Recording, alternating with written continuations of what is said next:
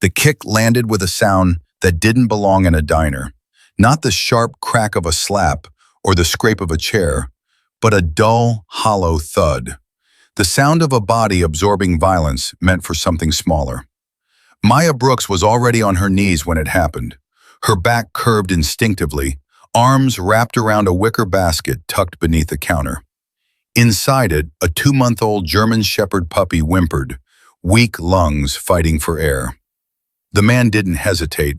His polished loafer drove into her ribs anyway. For half a second, the room froze. Coffee cups rattled. Someone gasped. Someone else looked away. And in that moment, before anyone spoke, before anyone decided what kind of person they were going to be, everything in that town quietly revealed itself. Rewind 6 hours earlier, and this would have looked like nothing.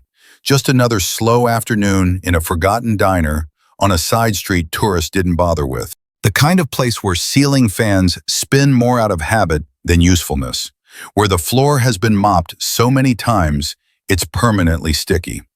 The kind of place people like Maya worked because there was nowhere else left to go. But right now, none of that mattered. What mattered was the silence after the kick. Not the respectful silence of shock, but the calculating silence where people wait to see who has power before they react. The woman standing over Maya Blonde, immaculate, furious, had already crossed a line when she slapped her. The man beside her crossed a different one when he kicked someone who was down. And what made it worse, what made it unforgivable, was why Maya was on the floor in the first place. She wasn't begging. She wasn't attacking. She was shielding a sick animal because no one else in the room would. That's a detail that sticks with people, especially in America, where dogs aren't just pets, they're family, protection, loyalty, innocence. When violence reaches past a human and aims at something defenseless, the moral math changes instantly. At the counter, a man in a gray t-shirt was already moving. He hadn't raised his voice. He hadn't jumped in swinging. He didn't look angry at all. He looked focused. Later, people would describe it as fast, but that wasn't quite right. It was efficient. The kick never landed twice. The man's leg was stopped mid-swing, redirected, controlled. No dramatic punches, no hero speeches, just a sudden understanding in the room that this situation no longer belonged to the people who started it. Here's the uncomfortable truth this moment exposes. Most injustice doesn't begin with monsters. It begins with small humiliations everyone tolerates. A snapped comment, a hand waved dismissively, a slap that people convince themselves was just emotional. By the time a kick happens, the system has already failed several times over. And most people don't intervene, not because they don't care, but because they're doing the math. Who's rich? Who's connected? Who's replaceable? As someone in the diner quietly dialed 911, another truth settled in just as heavily as Maya's pain. This wasn't over. In America, the first act of violence is rarely the end of the story.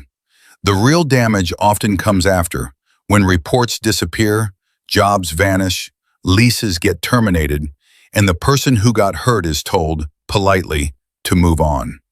What happened on that diner floor wasn't just an assault. It was the opening move in a much longer fight. And Maya Brooks, still shaking, still protecting what little she had left, had no idea how expensive doing the right thing was about to become. Maya Brooks didn't wake up that morning expecting her life to collapse. She woke up the way she always did, before the alarm, heart already racing, mind already calculating. Rent was due in 4 days. Her checking account balance sat just under $200. Her car's check engine light had been on for 3 weeks, and she was pretending not to see it because pretending was cheaper than fixing. On the small table by her mattress lay a stack of envelopes she hadn't opened yet, all different shades of white and beige, all carrying the same message in different fonts. Past due, final notice, urgent. For Maya, this wasn't panic, this was baseline. She lived in a narrow studio above a boarded-up antique shop, the kind of place where the stairs creaked no matter how carefully you stepped. and the heat worked only when it felt like it. The landlord didn't bother fixing things anymore. He just reminded tenants that Savannah was getting popular and rent would go up again soon. Maya nodded every time, even though her rent had already climbed faster than her wages ever could. She worked 2 jobs, day shifts at the diner, late-night deliveries for a food app, and still lived one unexpected expense away from disaster. That wasn't a metaphor, it was math. In America, nearly 60% of people live paycheck to paycheck. That number isn't abstract when you're one of them. It means you don't get sick, you don't miss shifts, you don't have emergencies, and you definitely don't have bad days. Maya couldn't afford one bad day because she'd already used up the buffer everyone else takes for granted. Her buffer was gone before she was 25. The only thing in her apartment that didn't feel temporary was Ranger. He was a German Shepherd puppy, all oversized paws and clumsy loyalty, barely 2 months old. She hadn't planned on getting a dog. She'd found him behind a closed-down gas station during a delivery run, ribs showing, eyes bright but tired. She told herself she was just going to take him to a shelter. Then the shelter told her they were full. Then the vet told her Ranger had a respiratory infection, kennel cough, untreated, already stressing his lungs. He needed medication every 4 hours and someone to watch him. Leaving him alone could turn dangerous fast. The vet bill came to more than Maya made in a week. That was the moment she should have walked away. That's what responsible people say later, from a safe distance. But Maya had grown up bouncing between foster homes where responsible often meant cold, and survival meant holding on to whatever chose you back. Ranger chose her. He followed her out of the clinic like it was already settled. So she paid what she could, put the rest on a payment plan with interest she tried not to think about, and promised herself she'd figure it out. Figuring it out meant bending rules that weren't designed for people like her. The diner didn't allow animals. It didn't allow sick animals anywhere near food. It also didn't allow missed shifts, excuses, or sob stories. When Maya told her manager she needed 1 day off to monitor her puppy, he laughed like she'd told a joke and reminded her there were 10 people who would take her place tomorrow. So she did what people do when systems leave no room for humanity. She improvised. She hid Ranger in a wicker basket under the counter, tucked behind her oversized purse. She timed his medication between table rushes. She whispered to him when no one was looking. Every few minutes, she checked to make sure his breathing was steady. Every few minutes, she wondered if this was the moment everything would go wrong. This is the part of the story people love to judge later, when the danger has passed. They ask why she didn't stay home, why she didn't ask for help, why she took the risk. But that question assumes help was available and risk was optional. For Maya, the risk wasn't bringing a puppy to work. The risk was losing her income entirely. The risk was missing rent. The risk was becoming invisible. By the time she walked into the diner that afternoon, the Georgia heat was already pressing down like a hand on the back of her neck.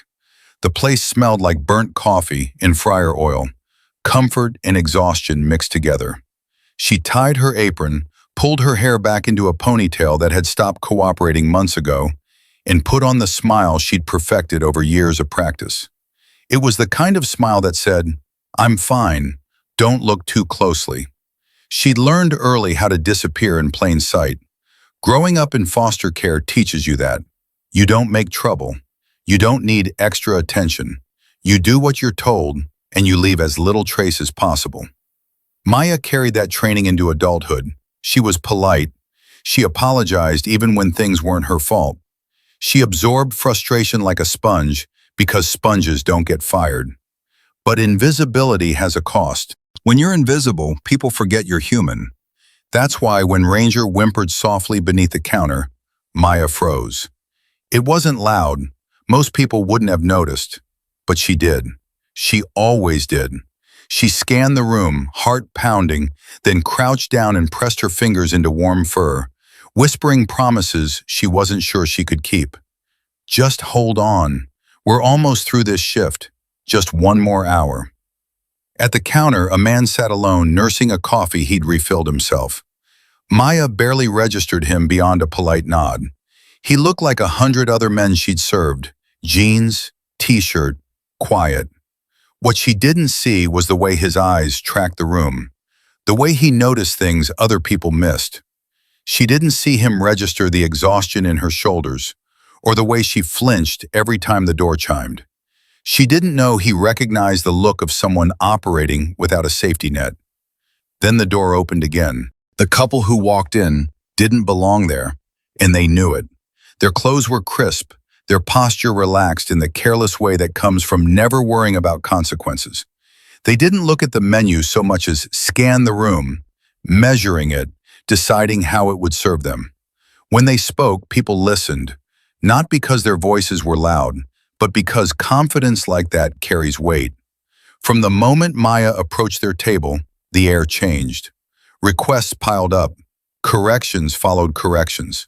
Nothing was quite right. Every interaction was a small test, a reminder of who held the power in the exchange. Maya moved faster, apologized more, tried to keep the situation contained. This was familiar territory. Difficult customers were part of the job. What wasn't part of the job was being treated like an object. When the glass tipped and soda spilled across an expensive white dress, the reaction was immediate and disproportionate. Accidents happen in diners every day. Plates drop, drinks spill. Usually there's an eye roll, maybe a sharp word, then life goes on. This was different. This was fury dressed up as righteousness. The slap came fast, loud enough to silence the room. It wasn't about the dress. It was about asserting dominance. And when Ranger cried out in fear, when his small, sick body made itself known, everything escalated in a way Maya couldn't control anymore. That's when she dropped to her knees. That's when instinct overrode fear.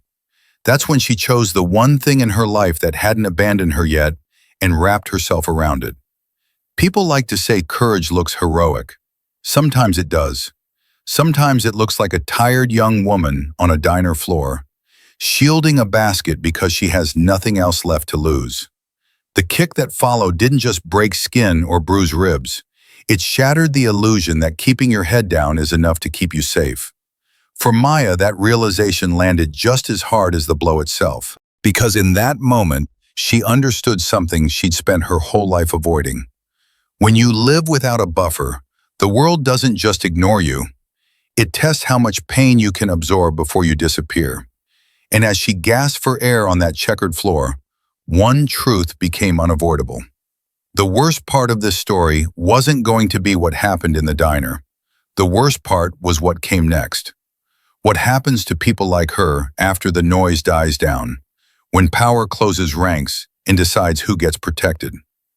As sirens began to cut through the heat outside, Maya Brooks was still holding her puppy, still shaking, and still unaware that surviving the kick was only the beginning. Tripp Langford and Blair Whitmore didn't see themselves as villains. That's the first mistake people make when they try to understand how power abuses begin. Predators rarely look like monsters. They look like confidence. They look like ease. They look like people who have never been told no and don't expect to hear it now. When they walked into the diner that afternoon, they weren't angry and they weren't looking for trouble. They were bored. And boredom, when paired with entitlement, is one of the most dangerous combinations there is. Tripp had grown up learning a very specific lesson. Consequences were for other people. His father owned real estate across half the county, donated to campaigns on both sides of the aisle, and liked to say he believed in accountability right up until someone tried to hold his family to it. Tripp learned early that apologies could be outsourced, problems could be buried, and if something got messy enough, lawyers would clean it up. He didn't need to threaten people. His last name did that for him. Blair Whitmore was different, but not better. She had been raised in a house where control was currency and appearances were everything. Her father was a sitting judge, respected in public, feared in private. Blair learned how to weaponize politeness, how to smile while cutting people down, how to frame cruelty as standards. She didn't scream because she lacked self-control. She screamed because she'd learned it worked. Service workers apologized faster. Managers intervened sooner. Someone always made it right. Together, Tripp and Blair formed a closed system. They validated each other's worst instincts. When Blair complained, Tripp reinforced it. When Tripp escalated, Blair justified it. They weren't partners in love so much as partners in entitlement, each reflecting the other's sense that the world existed to accommodate them. The diner was never going to survive that collision. From the moment they sat down, Blair began what she considered quality control. The water wasn't right. The ice had melted too fast. The salad dressing wasn't what she imagined it should be. Each complaint was small, individually defensible, and carefully calibrated. This is how power often tests its boundaries, not with a single, outrageous demand, but with a series of minor ones that force the other person to keep adjusting. The goal isn't perfection. The goal is submission. Tripp barely looked up from his phone. He didn't need to. His role wasn't to engage, it was to backstop. To sit there silently, radiating the assumption that whatever Blair wanted would happen, and if it didn't, there would be a price. People like Tripp understand something most people don't articulate out loud. Intimidation doesn't require volume. It requires credibility. When the soda spilled, it was Blair who knocked it over. Anyone watching closely could see it. Her hand gestured too sharply, the glass tipping with an inevitability that had nothing to do with Maya's tray. For half a second, there was a chance to laugh it off, to accept napkins, to let a human moment pass. Instead, Blair chose outrage. The slap wasn't impulsive. It was performative. It was loud enough to assert dominance, public enough to draw eyes, and shocking enough to reset the power dynamic in her favor. It told everyone in the room exactly how this interaction was going to go. And most people, faced with that kind of confidence, default to compliance. That's how these things usually end. The worker apologizes, management intervenes, the customer leaves feeling validated. What Blair didn't anticipate was the sound beneath the counter. Ranger's frightened cry wasn't just inconvenient, it disrupted the script. It introduced vulnerability into a situation Blair believed she controlled. And when Tripp noticed the basket, his reaction was immediate and telling. He didn't express concern. He didn't ask questions. He sneered. In that moment, Wealth stopped pretending to be civilized. Calling the puppy filthy wasn't about hygiene. It was about dehumanization. It was the same tactic used over and over throughout history to justify harm, reduce the subject to something lesser, something unworthy of protection, and suddenly cruelty feels permissible. When Maya moved to shield the basket, Tripp didn't see a person making a moral choice. He saw defiance. And defiance from someone he perceived as beneath him was unacceptable. That's why the kick mattered, not because it was violent, violence happens every day, but because of how casual it was. There was no hesitation, no visible doubt. Tripp believed with complete sincerity that nothing bad would happen to him for doing it. That belief didn't come from confidence in himself. It came from confidence in the system around him. Studies on abuse of power consistently show the same pattern. People who grow up insulated from consequences develop a diminished capacity for empathy, not because they're born cruel, but because they never have to practice restraint. Tripp wasn't angry in that moment. He was inconvenienced. And when people like him are inconvenienced, they reach for the tools they know work. For Blair, the escalation served a different purpose. When she saw the room shift, when she sensed that people were no longer quietly on her side, she went straight to identity and authority. Do you know who I am? Do you know who my father is? These weren't questions, they were reminders. In America, lineage still opens doors, especially in smaller cities where influence compounds quietly over decades. This is where many stories stop being about individuals and start being about systems. Because what happened next wasn't just about two rich people behaving badly. It was about the expectation that institutions would protect them afterward. Blair wasn't panicking when she reached for her phone. She was confident. She believed the police would arrive and recognize the hierarchy immediately. She believed the narrative would be adjusted to fit her comfort, and history had taught her she was usually right. That belief is reinforced by data most people don't like to think about. Complaints against wealthy or well-connected individuals are less likely to result in arrest. Victims without resources are less likely to pursue charges, not because they don't want justice, but because justice is expensive. Time off work, legal fees, retaliation, these costs add up quickly when you're already operating in the red. Tripp and Blair understood that instinctively. They didn't need spreadsheets to tell them how the math worked. They'd seen it play out before. A problem here, a phone call there, a donation at the right moment. Consequences delayed are consequences denied. That's why, even as a stranger intervened, even as Tripp found himself restrained against the counter, Blair's confidence didn't disappear. It sharpened. She screamed not in fear, but because screaming had always summoned authority on her behalf. She threatened not because she was desperate, but because she believed threats were enforceable. What neither of them noticed right away was that the room had changed. People weren't looking away anymore. The cook had stopped moving. A trucker had pulled out his phone. The silence wasn't calculating now. It was attentive. The presence of someone willing to interrupt the script had disrupted the usual flow of power. And that disruption mattered more than any punch ever could. Here's the uncomfortable lesson this part of the story forces us to confront. Abuse doesn't require hatred. It requires imbalance. Tripp and Blair didn't wake up intending to hurt someone. They woke up intending to be accommodated.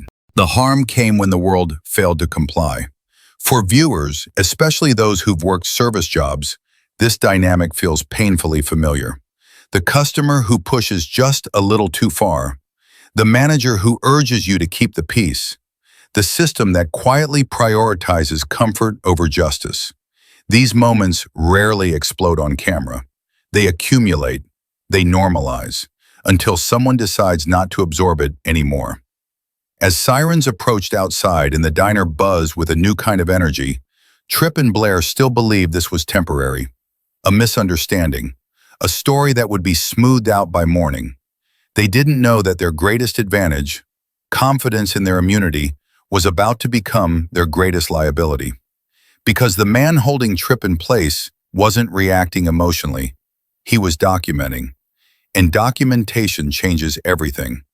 The predator couple had played this game before. What they hadn't accounted for was someone who understood the rules better than they did, and who wasn't impressed by wealth masquerading as authority. As the first officer stepped through the door and the balance of power began to wobble, one truth became unavoidable. When money is used as a weapon long enough, it eventually attracts someone trained to disarm it.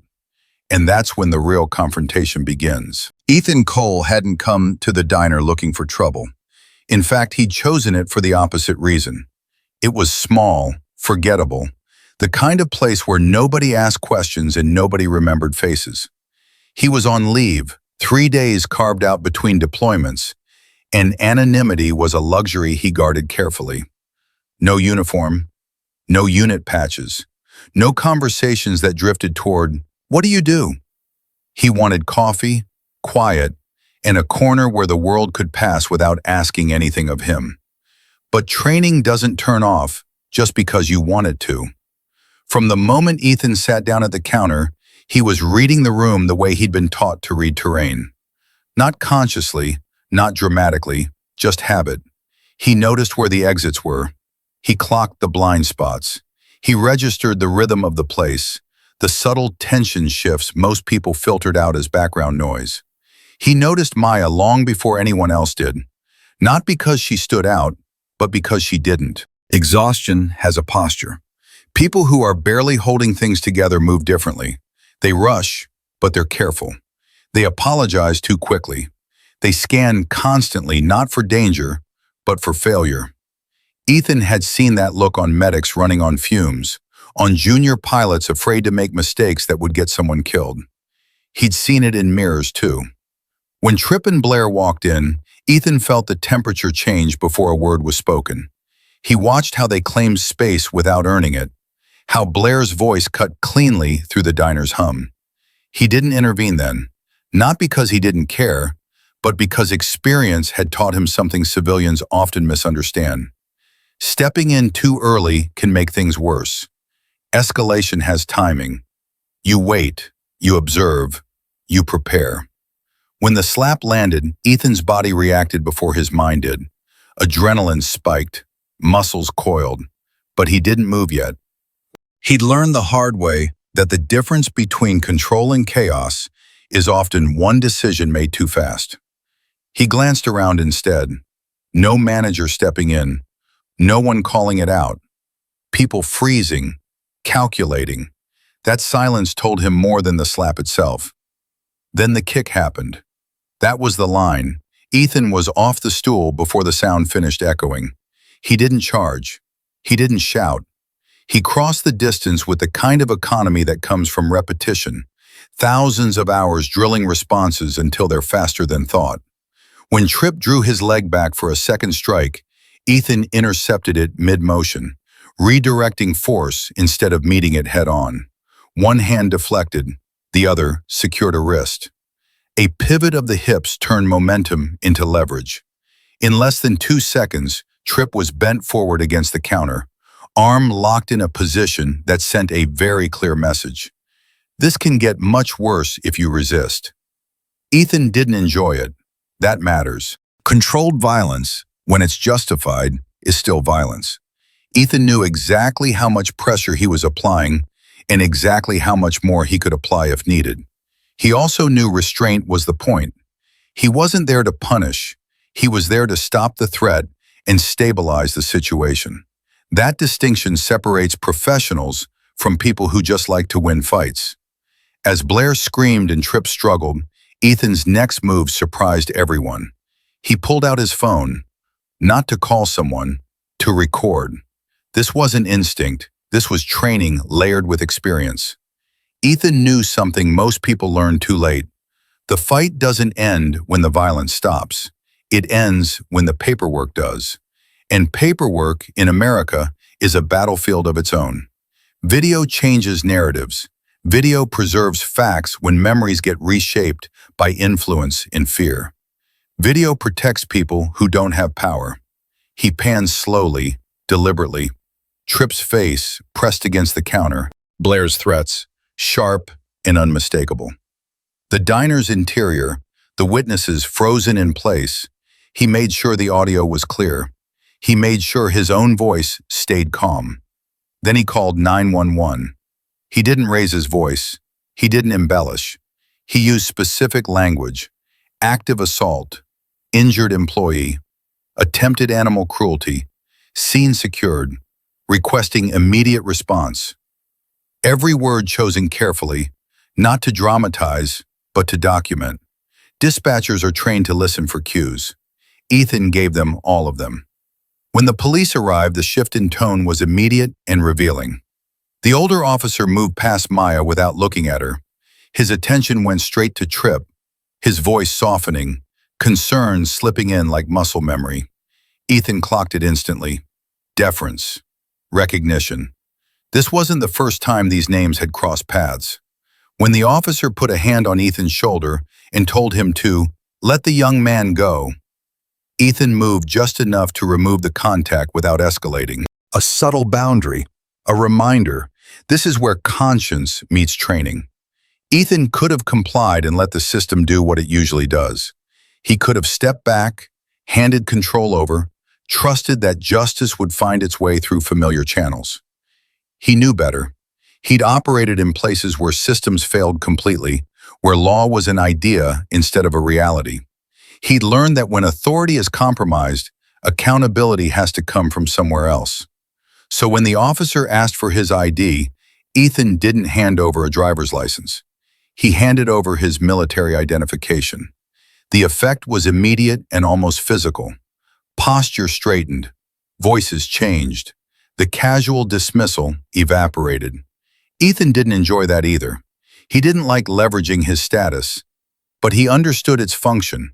In that moment, his identity wasn't about privilege, it was about jurisdiction, about signaling that this incident had crossed into a space local influence couldn't quietly control. Ethan stated the facts again, calmly. He identified himself as a witness. He mentioned the video. He referenced his chain of command, not as a threat, but as a reality. This wasn't bravado. This was containment. Then he turned to Maya. "Are you injured?" he asked, voice lowering, grounding the moment back where it belonged. She nodded, clutching the basket, eyes wide with shock and pain. She wasn't looking at him like a savior. She was looking at him like someone who had just made her life infinitely more complicated. Ethan recognized that look too. It was the look people give you when they realize help comes with consequences. He stayed until statements were taken. He made sure the younger officer documented Maya's injuries. He watched the older one carefully, noting what was written down and what wasn't. He asked for badge numbers. He requested a case number. He did all the unglamorous things that don't make headlines, but determine outcomes. And still, when Tripp and Blair weren't arrested, Ethan felt the familiar knot settle in his gut. Detained and released pending investigation. It was the kind of phrase that sounded reasonable and meant very little. Ethan knew what came next because he'd seen it play out before in different forms. Retaliation, pressure, quiet punishment, the system correcting for disruption. When the diner finally emptied and Maya stood alone, clutching her puppy, Ethan didn't offer platitudes. He didn't tell her everything would be okay. He asked if she could get home safely. When she nodded, he stepped back and left without ceremony. That night, Ethan didn't sleep. Training prepares you to assess threats, but conscience forces you to sit with responsibility. Ethan replayed the afternoon over and over, not second-guessing the intervention, but calculating the fallout. He knew he had escalated the situation. He had introduced a new variable himself, and that meant Maya was no longer just a victim of a diner assault. She was a witness in a conflict that involved people accustomed to winning. By morning, his assessment proved correct. Maya was fired, evicted, pressured from multiple angles at once, like a coordinated squeeze. It wasn't dramatic, it was procedural. Health code violations, lease clauses, legal language designed to sound neutral while doing maximum damage. Ethan understood this kind of warfare. It was quieter than bullets and often more effective. When he showed up at her door later that day, coffee in one hand and dog food in the other, he didn't apologize. He stated facts. "I escalated things yesterday," he told her. "That made you a target." He didn't say it lightly. In his world, acknowledging responsibility was the first step toward mitigating risk. He wasn't there out of guilt. He was there out of duty. A duty that extended beyond uniforms and orders into something older and harder to define. Ethan had spent years being trained to neutralize threats. What he was facing now was different. This wasn't an enemy you could pin down with force. It was a network, money, influence, institutions that protected themselves instinctively. And Maya, with her overdue bills and sick puppy, was standing at the center of it with no armor at all. Here's the lesson this part of the story carries, whether we want it to or not. Courage without preparation is often punished, and preparation without conscience is meaningless. Ethan's training gave him tools. His conscience told him when to use them. Neither alone would have been enough. As he looked at the boxes already half-packed in Maya's apartment, Ethan made a decision that would change the scale of the conflict entirely. Local systems had shown their hand. The next move couldn't be local. It had to go higher. Because once power reveals it won't police itself, the only option left is to bring in someone who can. The retaliation didn't come with sirens or shouting. It arrived quietly, wrapped in procedure, delivered in calm voices that pretended nothing personal was happening at all. Maya Brooks discovered that the morning after the diner incident, when she showed up for her shift with bruised ribs, a splitting headache, and the stubborn belief that if she just kept moving, things wouldn't collapse. They collapsed anyway. Her manager didn't invite her in. He met her at the door, eyes darting, hands already sweating through the paper he held. He didn't ask how she was feeling. He didn't mention the slap or the kick or the police. He pointed to policy, health code violations, unauthorized animal on premises, liability concerns. The words came out fast, rehearsed, as if he'd practiced saying them without looking her in the eye. Maya tried to explain about the puppy's medication, about the basket, about having no one else, but the explanation didn't matter. This decision had already been made somewhere else. In America, retaliation rarely announces itself as revenge. It calls itself compliance. He handed her a final paycheck, lighter than it should have been. Tips missing. Hours shaved. When she asked about it, he shrugged and said payroll would look into it. He promised to call. He never did. By the time Maya stepped back onto the sidewalk, jobless and dizzy, the lesson was already clear. The incident hadn't cost Trip Langford anything. It had cost her everything. The walk home felt longer than usual. Every step sent a dull ache through her side. Ranger whimpered softly in his carrier, sensing the shift in her breathing. Maya kept telling herself she could fix this. She'd pick up more delivery shifts. She'd call the diner again. She'd find something else. That belief carried her up the narrow stairs to her apartment, where a white envelope waited, taped neatly to her door. Notice to vacate, 72 hours. No explanation beyond vague lease violations and reported disturbances.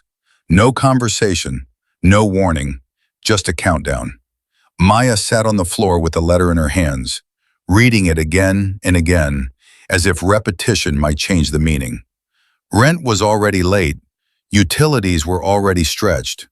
Now she had 3 days to disappear. This is how power applies pressure when it doesn't want witnesses to linger.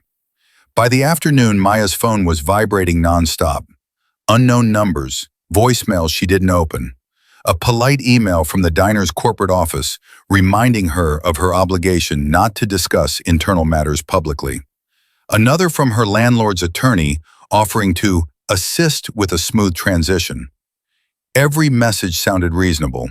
Together, they formed a vice. Ethan Cole arrived just as Maya began packing what little she owned into cardboard boxes scavenged from the alley. He didn't comment on the boxes. He didn't ask questions. He set 2 coffees on the counter and a bag of premium dog food beside them. Small, practical gestures that acknowledged reality without dramatizing it. When Maya finally broke down, it wasn't loud. It was quiet and exhausted. The sound of someone who had reached the end of their margin. "They're squeezing me," she whispered. "All at once." Ethan nodded. He had expected this. Retaliation follows patterns. First income, then housing, then isolation. It's effective because it doesn't look violent. It looks like paperwork. The knock on the door came an hour later, firm and confident. Maya flinched. Ethan didn't. He positioned himself just out of sight and told her to open it. 2 attorneys stood in the hallway, tailored suits, relaxed smiles. One introduced himself warmly, apologizing for the misunderstanding. The other didn't bother. He stepped inside and took in the apartment with a practiced glance, noting the boxes, the dog, the lack of options. They spoke softly, professionally. They expressed concern for Maya's distress. They acknowledged emotions running high. Then they laid out the offer, $50,000, cash, immediate, enough to cover medical bills, back rent, relocation, and more. For someone living paycheck to paycheck, it was a life-altering number. They slid a document across the table, standard non-disclosure agreement. No interviews, no social media, no civil action. Matter resolved. This is the moment most people don't like to talk about because it exposes an uncomfortable truth. Settlements like this aren't just about silencing victims, they're about survival. When you have nothing, money isn't greed, it's oxygen. Maya stared at the number, her mind already calculating how far it could stretch, how many problems it could erase. Then the tone changed. The second lawyer leaned forward, voice dropping, friendliness evaporating. He pointed out the lease clause forbidding pets. He mentioned the health code violation again. He talked about animal control, about aggressive breed labels, about shelters over capacity. He spoke calmly about timelines, about how quickly a report could be filed, how difficult it would be to reclaim an animal once seized. Ranger growled low in his chest, a sound that filled the room despite his small size. The lawyer smiled thinly. "You see the problem," he said. This was the leverage. Money was the carrot. The dog was the knife. Maya felt something inside her snap, not loudly, not heroically, but decisively. The apartment, the job, even the money faded into the background. The threat wasn't abstract anymore. It was immediate and intimate. They weren't just threatening her, they were threatening the one thing she'd protected instinctively, without calculation, on the diner floor. She pushed the document back. "I want him charged," she said. Her voice shook, but the words held. For the first time, the lawyers looked annoyed. The older one warned her she was making a mistake. The younger one wouldn't meet her eyes. They left without raising their voices, without slamming the door. They didn't need to. The threat lingered behind them, implied, impatient.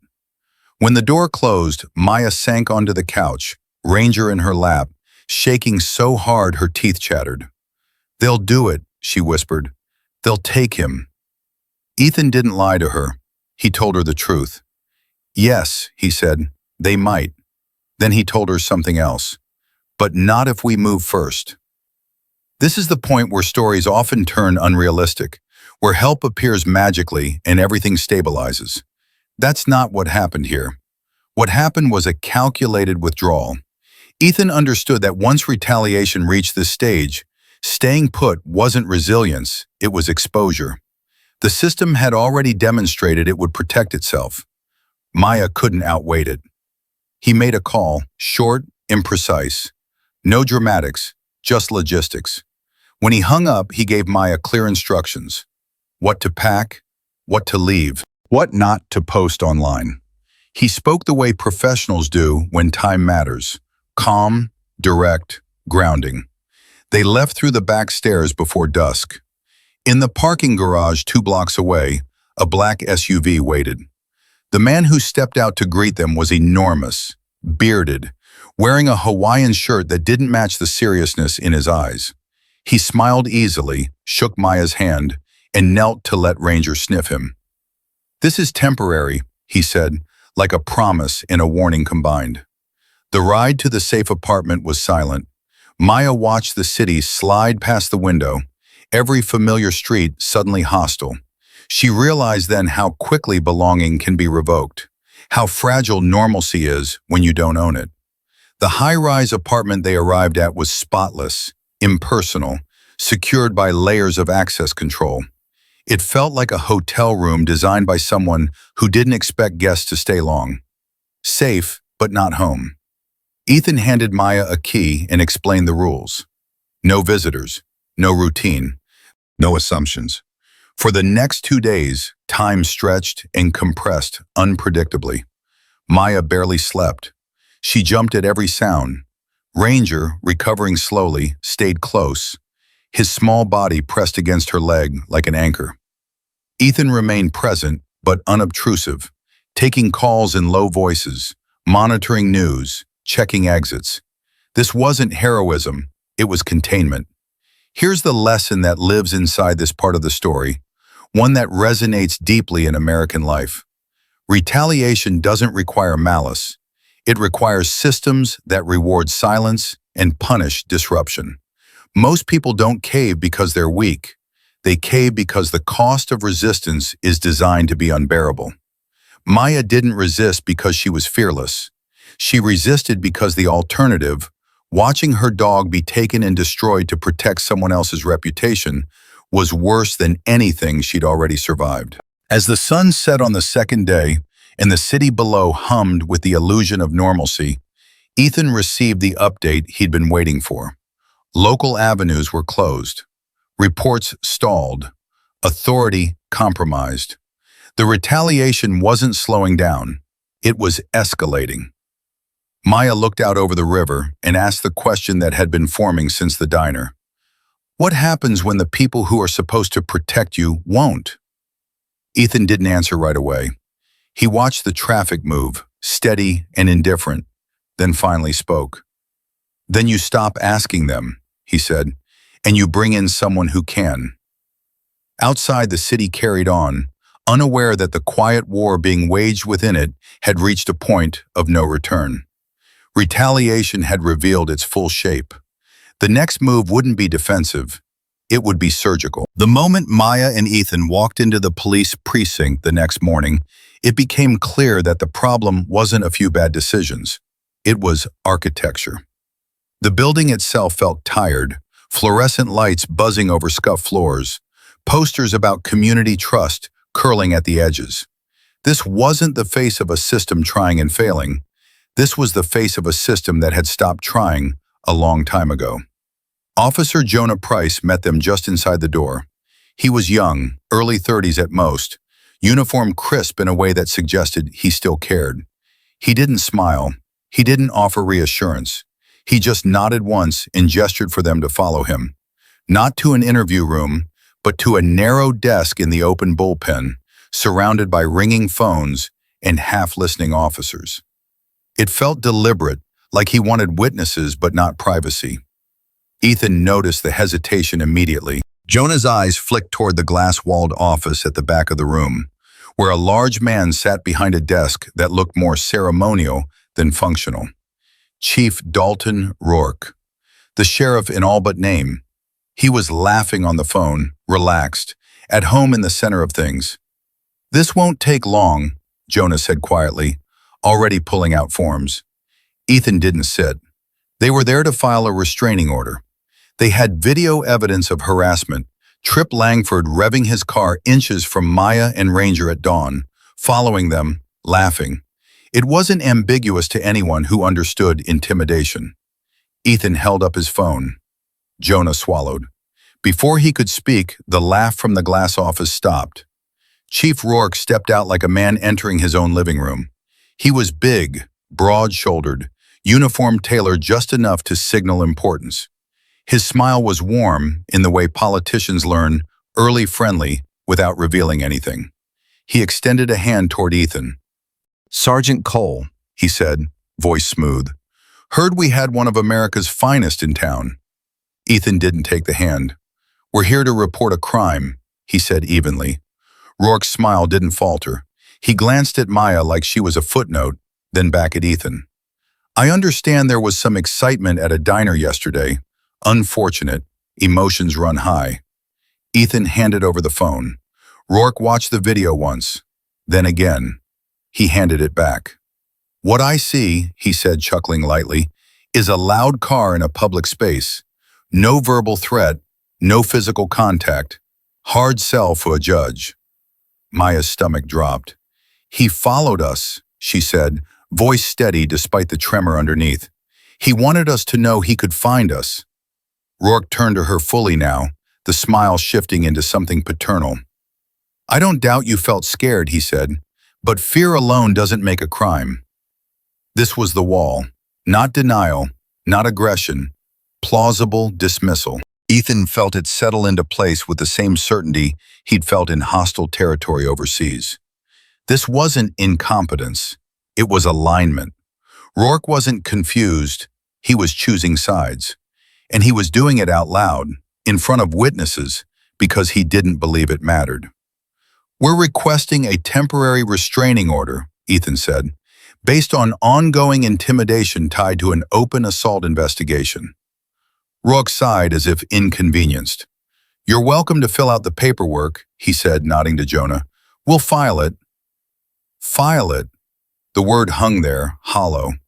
Ethan looked at Jonah. The younger officer's jaw tightened. He handed over the clipboard without meeting Ethan's eyes. This is how corruption survives, not through secrecy, but through normalcy. Forms that go nowhere. Reports that wait just long enough to become irrelevant.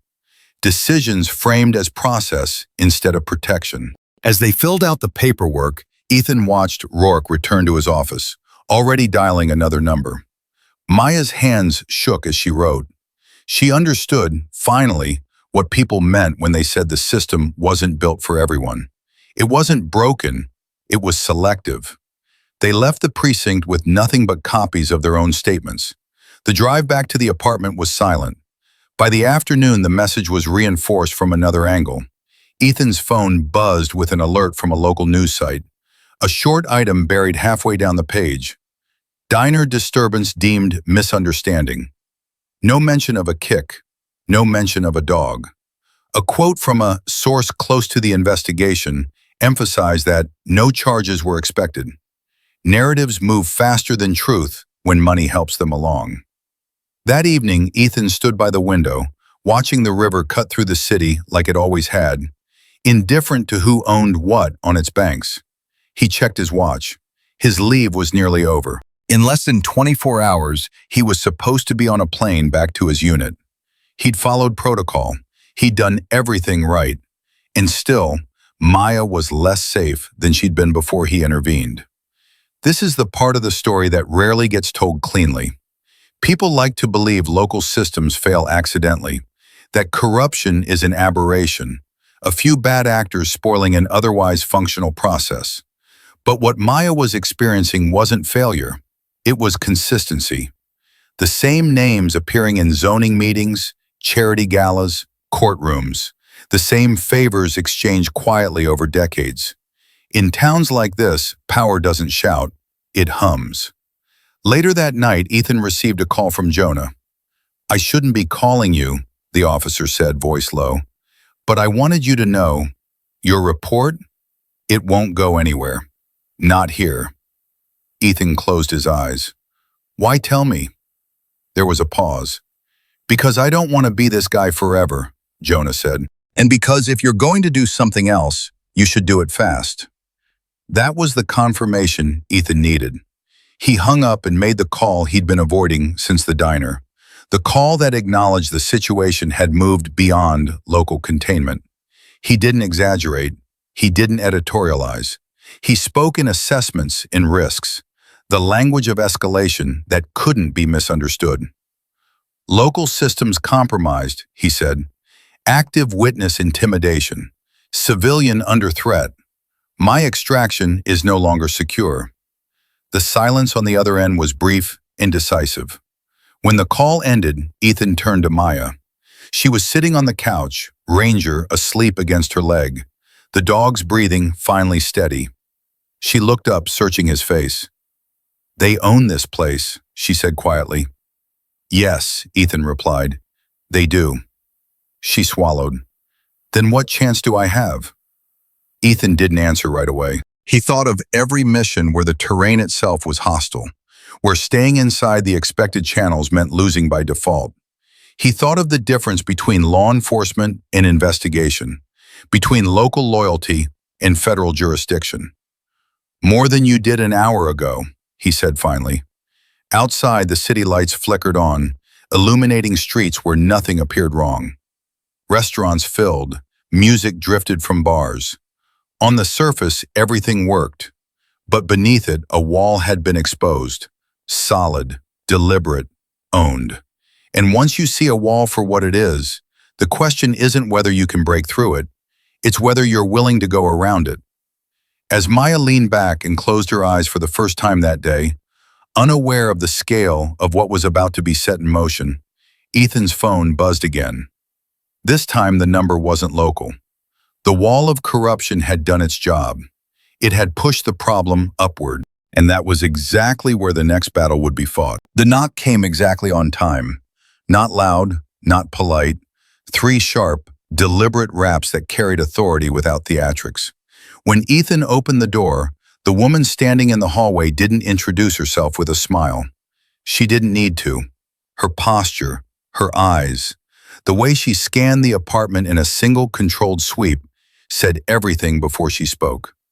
"Special Agent Jordan Hayes," she said, holding up federal credentials. "NCIS." That was the moment the story stopped being local. Agent Hayes didn't sit down. She stood in the center of the room, jacket still on, phone already in hand. She wasn't there to comfort anyone. She was there to assess damage.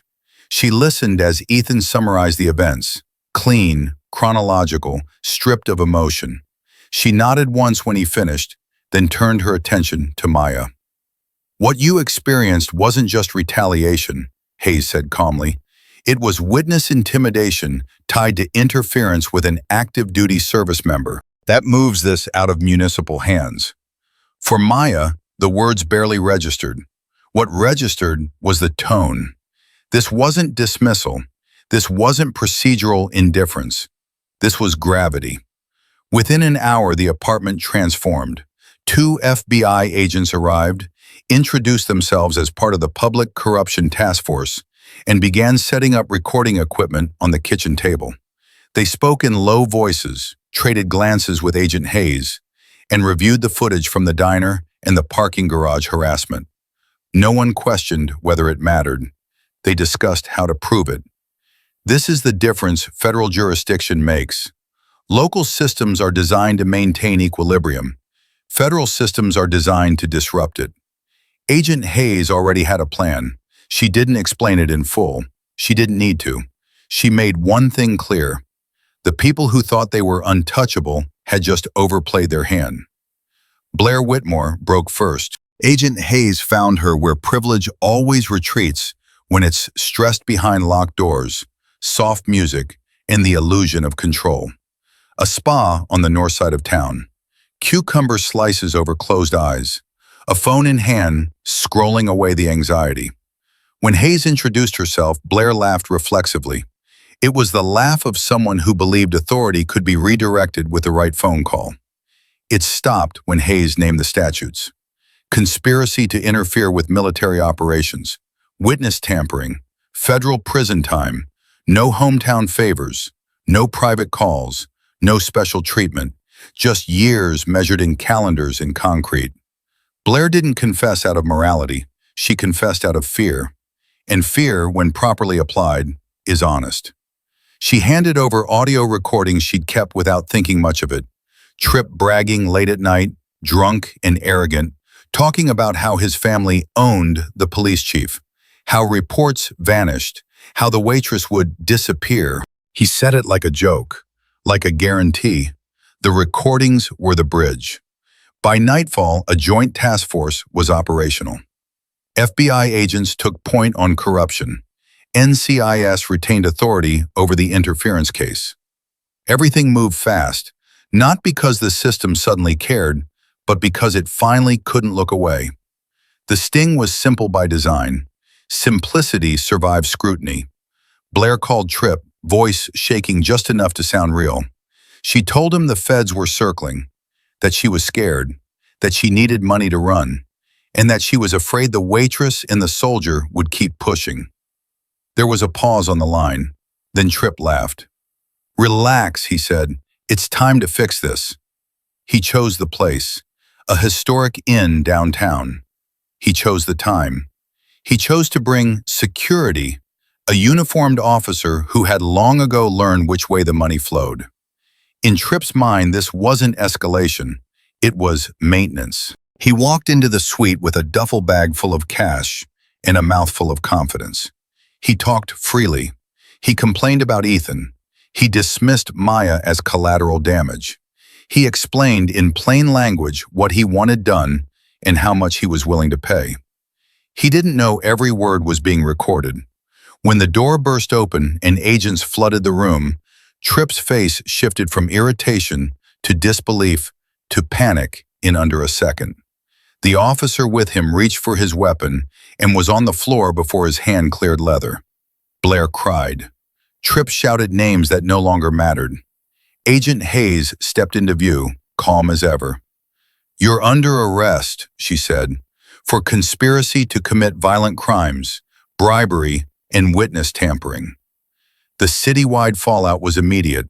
Police Chief Dalton Rourke was arrested before sunrise, escorted out of his office by agents who didn't care how long he'd been in power. Judge Whitmore was taken into custody at home, his reputation collapsing faster than his legal strategy. Deals were offered. Confessions followed. The wall didn't crumble dramatically, it hollowed out from the inside. Maya watched it unfold from the apartment, stunned and exhausted. Victory didn't feel triumphant, it felt heavy. Relief came in waves, followed by grief for everything she'd lost along the way. Her job didn't come back. Her apartment didn't reopen. Trauma doesn't rewind. But something else did happen. Restitution. Not charity, not pity. Accountability translated into resources. The settlement covered her losses, her medical bills, and something more important, time. Time to heal, time to choose. Months later, Maya stood on a piece of land outside the city, ranger at her side, watching volunteers unload kennels from a truck. The sign on the fence read, Ranger's Haven. It wasn't a business. It wasn't a brand. It was a promise to dogs labeled aggressive, unwanted, inconvenient. The ones that reminded her too much of herself. Ethan visited once before deploying again. He didn't stay long. He walked the fence line, nodded at the work, and handed Maya a spare dog tag he wore on a chain. "This one's yours," he said. "The others are for identification. This one's for memory." He fitted a sturdy training collar around Ranger's neck. Professional, durable, not symbolic, practical. As his truck disappeared down the gravel road, Maya didn't wave. She didn't need to. She understood now that protection isn't about rescuers. It's about systems that finally answer to evidence and people who refuse to disappear quietly. The story doesn't end with applause. It ends with work, with dogs trained, with fences repaired, with a woman who once couldn't afford a bad day, now building something that could survive one. And that may be the most American ending of all.